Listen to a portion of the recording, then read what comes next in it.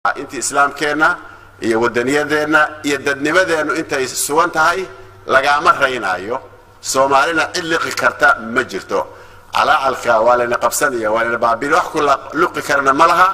taariikhdana waliga waan soo jirnay ugu yaraan 6 dal ilaa 7 dal ba isku dayna Soomaaliya qaan oo waaweyn oo caalamka ugu waaweyn oo Yurub iyo Ameerika iyo cid walba laakiin cid walba iyadoo jabtay ka tagtay kuwa hadda isku dayana masaakiinta raba inay naqasana saas u baabi doonaan inagana waa sii jireena sida uu sheegay markuu sheekeynayay ilaahu ya Soomaaliga dhiga anigana waa la yiri Kuwait baa lagu yiri intu aadi canaantay nin taqriiban 8 sano markaa jiray ayaa wuxuu war maxaad samayseen buuri intu xanaaqay markaas wuxuu ka sheekay markuu birbira ilaa kismaayatigi jiray